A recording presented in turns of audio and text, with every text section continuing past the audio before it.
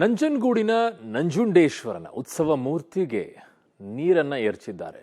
ಅದು ಅಪವಿತ್ರ ನೀರು ಅಂತ ಹೇಳ್ತಾ ಇದ್ದಾರೆ. ಶ್ರೀ ನಂಜುಂಡೇಶ್ವರ ಸ್ವಾಮಿ ದೇವಾಲಯದ ಮುಂದೆ ಭಕ್ತರು ಪ್ರತಿಭಟನೆಯನ್ನ ಮಾಡಿದ್ದಾರೆ. ಪೊಲೀಸರ ವಿರುದ್ಧ ಧಿಕ್ಕಾರ ಘೋಷಣೆಯನ್ನ ಕೂಗಿ ಭಕ್ತರು ಆಕ್ರೋಶವನ್ನು ವ್ಯಕ್ತಪಡಿಸಿದ್ದಾರೆ.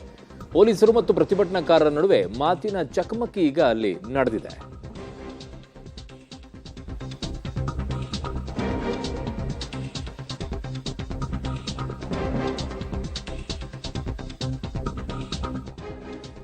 ನಂಜನಗೂಡಿನ ನಂಜುಂಡೇಶ್ವರ ಉತ್ಸವ ಮೂರ್ತಿಗೆ ಅಪವಿತ್ರ ನೀರನ್ನು ಎರಚಿದಂತಹ ಪ್ರಕರಣ. ಶ್ರೀ ನಂಜುಂಡೇಶ್ವರ ಸ್ವಾಮಿ ದೇವಾಲಯದ ಮುಂದೆ ಭಕ್ತರು ಪ್ರತಿಭಟನೆಯನ್ನ ಮಾಡಿದ್ದಾರೆ. ಪೊಲೀಸರ ವಿರುದ್ಧ ಧಿಕ್ಕಾರ ಕೂಗಿ ಘೋಷಣೆಯನ್ನ ಕೂಗಿ ಭಕ್ತರು ಆಕ್ರೋಶವನ್ನು ವ್ಯಕ್ತಪಡಿಸಿರೋದು.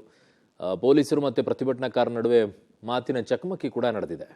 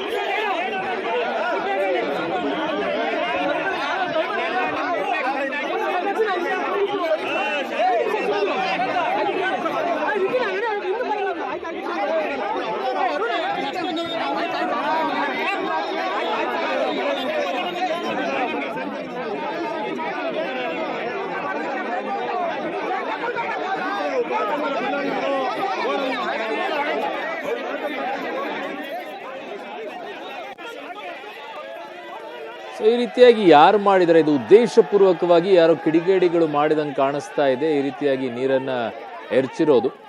ಅದಕ್ಕೆ ಅಪವಿತ್ರ ನೀರನ್ನ ಎರಚಿದಂತಹ ವಿಚಾರದಲ್ಲಿ ಈಗ ಭಕ್ತರು ಪ್ರತಿಭಟನೆಯನ್ನ ಮಾಡಿದ್ದಾರೆ. ಪೊಲೀಸರ ವಿರುದ್ಧ ಧಿಕ್ಕಾರ ಘೋಷಣೆ ಕೂಗಿ ಆಕ್ರೋಶವನ್ನು ವ್ಯಕ್ತಪಡಿಸಿದ್ದಾರೆ. ಅವರಿಬ್ಬರ ನಡುವೆ ಒಂದಿಷ್ಟು ಮಾತಿನ ಚಕಮಕಿ ಆಗಿದೆ.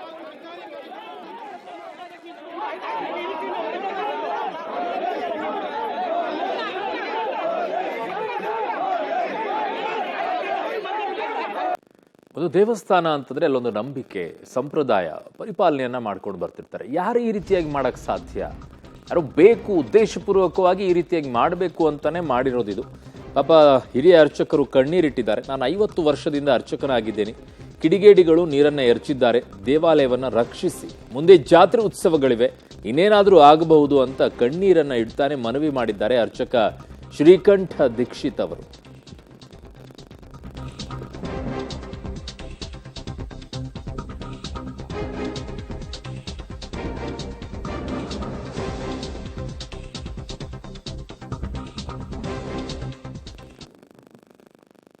ಮಾಡ್ಕೊಂಡಿದ್ದೀವಿ.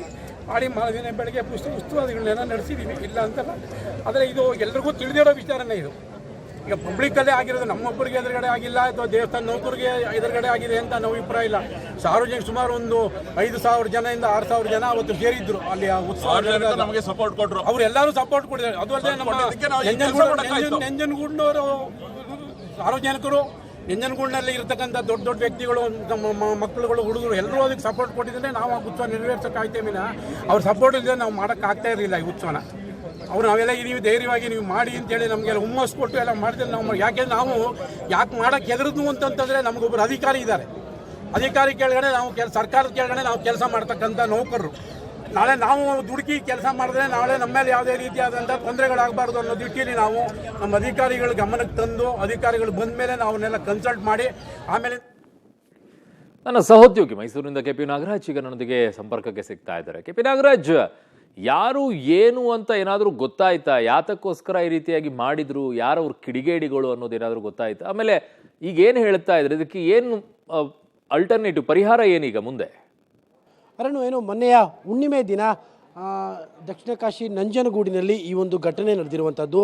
ಇದು ಒಂದು ರೀತಿಯಾಗಿ ಅರುಣ್ ಸಂಪ್ರದಾಯಬದ್ಧವಾಗಿ ನಡೆದುಕೊಂಡು ಬಂದಿರುವಂತಹ ಒಂದು ಇದು ಅಂಧಕಾಸರ ಸಂಹಾರ ಅನ್ನುವಂಥದ್ದು ಇವತ್ತು ನಿನ್ನೆಯದಲ್ಲ ಅರುಣ್. ಅದಕ್ಕೊಂದು ದೊಡ್ಡದೊಂದು ಇತಿಹಾಸ ಇದೆ, ದೊಡ್ಡದೊಂದು ಧಾರ್ಮಿಕವಾದಂಥ ಹಿನ್ನೆಲೆ ಇದೆ. ಯಾವ ವರ್ಷವೂ ಕೂಡ ಇಂಥದ್ದೊಂದು ಘಟನೆ ಆಗದೆ ಈ ವರ್ಷ ಈ ಒಂದು ಘಟನೆ ಆಗಿರುವಂಥದ್ದು. ಅಲ್ಲಿಗೆ ಏನು ಅದೊಂದು ಉತ್ಸವ ಮೂರ್ತಿಯನ್ನು ರಾಕ್ಷಸನ ರೂಪದ ರಂಗೋಲಿಯ ಮೇಲೆ ತೆಗೆದುಕೊಂಡು ಹೋಗುವಂಥದ್ದು ಇಲ್ಲಿರುವಂತಹ ಪ್ರತೀತಿ. ಅದು ಧಾರ್ಮಿಕವಾದಂತಹ ನಂಬಿಕೆ.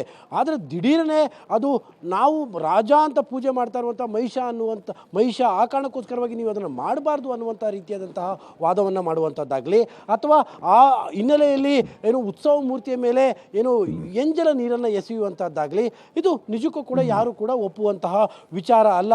ಸದ್ಯಕ್ಕೆ ಈಗ ಆ ವಿಚಾರದಲ್ಲಿ ಎರಡು ಕಡೆಯಿಂದಲೂ ಕೂಡ ಕಂಪ್ಲೇಂಟ್ಸ್ ಆಗಿರುವಂಥದ್ದು. ಮೊದಲನೇ ಕಂಪ್ಲೇಂಟ್ ಯಾರು ನೀರು ಎರಚಿದಾರೋ ಏನೋ ದೇವಸ್ಥಾನದ ಆಡಳಿತ ಮಂಡಳಿಯ ದೇವಸ್ಥಾನ ಅಧಿಕಾರಿಗಳೇ ಈಗ ಒಂದು ಸಂಘಟನೆ ವಿರುದ್ಧದ ಒಟ್ಟು 6 ಜನರ ಮೇಲೆ ಈ ಒಂದು ಕಂಪ್ಲೇಂಟನ್ನು ಕೂಡ ದಾಖಲವನ್ನು ಮಾಡಿದ್ದಾರೆ. ಜೊತೆಗೆ ವಾಪಸ್ ಆ ಸಂಘಟನೆಯಿಂದಲೂ ಕೂಡ ಇಲ್ಲಿನ ಕೆಲವು ಭಕ್ತರ ಮೇಲೆ ಕಂಪ್ಲೇಂಟನ್ನು ಕೂಡ ದಾಖಲು ಮಾಡಿರುವಂಥದ್ದು. ಎರಡೂ ಕಡೆಯಿಂದನೂ ಕೂಡ ಇವತ್ತು ವಾದ ಪ್ರತಿವಾದಗಳು ಕೂಡ ನಡೆದಿದ್ದಾವೆ ಮತ್ತು ಪ್ರತಿಭಟನೆಗಳು ಕೂಡ ನಡೆದಿದ್ದಾವೆ. ಪ್ರಮುಖವಾಗಿ ನಂಜುಂಡೇಶ್ವರನ ಭಕ್ತರ ವಾದ ಏನು ಅಂದರೆ, ನೀವು ಆ 8 ಜನರನ್ನು ಕೂಡ ತತ್ಕ್ಷಣವಾಗಿ ಬಂಧಿಸಬೇಕು ಮತ್ತು ನಮ್ಮ ಧಾರ್ಮಿಕ ನಂಬಿಕೆಗಳಿಗೆ ಧಕ್ಕೆ ಆಗಿದೆ, ಇದನ್ನು ಮುಂದೆ ಈ ರೀತಿ ಆಗದಂತೆ ತಡಿಬೇಕು ಅನ್ನುವಂತಹದ್ದು ಅವರ ಬಹುದೊಡ್ಡ ಆಗ್ರಹ. ಅರುಣ್, ಓಕೆ, ಈಗ ಆದರೂ ಪೊಲೀಸರು ಮಾತ್ರ ಈಗ ಯಾವುದೇ ರೀತಿಯಾಗಿ ಕ್ರಮ ತೆಗೆದುಕೊಂಡಿಲ್ಲ ಅನ್ನುವಂಥ ಆಕ್ರೋಶದಲ್ಲಿ ಈಗ ಭಕ್ತರು ಪ್ರತಿಭಟನೆಯನ್ನ ಮಾಡ್ತಾ ಇರೋದು, ಅದಕ್ಕೆ ಮಾತಿನ ಚಕಮಕಿ ನಡೀತಾ ಇರೋದು ಅಲ್ವಾ? ಹೌದು ಅರುಣ್, ಎಕ್ಸಾಕ್ಟ್ಲಿ. ಅಂದರೆ ನೀವು FIR ಮಾಡಿದ್ದೀರಿ, ಆದರೆ ಅವ್ರು ಇನ್ನೂ ಕೂಡ ಬಂಧಿಸಿಲ್ಲ. ನೀವು ಅವ್ರನ್ನ ತುರ್ತಾಗಿ ಬಂಧಿಸಬೇಕು. ತದನಂತರದಲ್ಲಿ ಯಾಕಂದರೆ ನಂಜುಂಡೇಶ್ವರನ ಸನ್ನಿಧಾನದಲ್ಲಿ ಏನು ವರ್ಷಕ್ಕೊಂದು ದಿನ ಅಲ್ಲ, ಹೆಚ್ಚು ಕಡಿಮೆ 15 ದಿನ 20 ದಿನಕ್ಕೆ ಒಂದೊಂದು ಆ ರೀತಿಯಂಥ ಉತ್ಸವಗಳು ನಡೀತವೆ. ಯಾಕಂದರೆ ನಂಜುಂಡೇಶ್ವರನ ದಕ್ಷಿಣ ಕಾಶಿ ಅಂತ ಕರೀಲಾಗ್ತದೆ ಮತ್ತು ಇಲ್ಲಿ ಈ ಥರದ ಸಂಪ್ರದಾಯಗಳು ನೂರಾರಿದ್ದಾವೆ. ಇದೇನು ನಿನ್ನೆ ಮೊನ್ನೆ ಹುಟ್ಟಿದಂತಹ ಸಂಪ್ರದಾಯಗಳಲ್ಲ.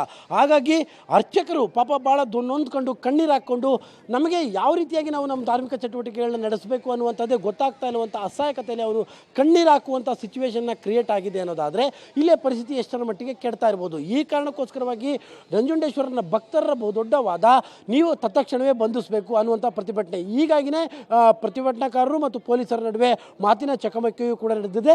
ಸದ್ಯಕ್ಕೆ ಪರಿಸ್ಥಿತಿ ಶಾಂತವಾಗಿದೆ. ಅರುಣ್. ಓಕೆ, KP ನಾಗರಾಜ್, ನಿಮ್ಮೆಲ್ಲ ಮಾಹಿತಿಗೆ ಧನ್ಯವಾದಗಳು. ನಂಜುಂಡೇಶ್ವರ ಉತ್ಸವ ಮೂರ್ತಿಗೆ ಅಪವಿತ್ರ ನೀರನ್ನು ಎರಚಿದಂಥ ಪ್ರಕರಣ ಇದು. ಸೊ ಈಗ ಅವರು ಯಾರಿದ್ದಾರೆ ಅವ್ರ ಮೇಲೆ ಕಂಪ್ಲೇಂಟ್ ಕೂಡ ಕೊಟ್ಟಿದ್ದಾರೆ, ಅವರನ್ನು ಬಂಧಿಸಬೇಕು ಅನ್ನುವಂಥ ಆಗ್ರಹ. ಬಟ್ ಪೊಲೀಸರು ಯಾರನ್ನೂ ಕೂಡ ಬಂಧಿಸಿಲ್ಲ, ಕ್ರಮವನ್ನು ತೆಗೆದುಕೊಂಡಿಲ್ಲ ಅಂತ ಹೇಳಿ ಈಗ ಪ್ರತಿಭಟನೆಯನ್ನು ಮಾಡ್ತಾ ಇದ್ದಾರೆ.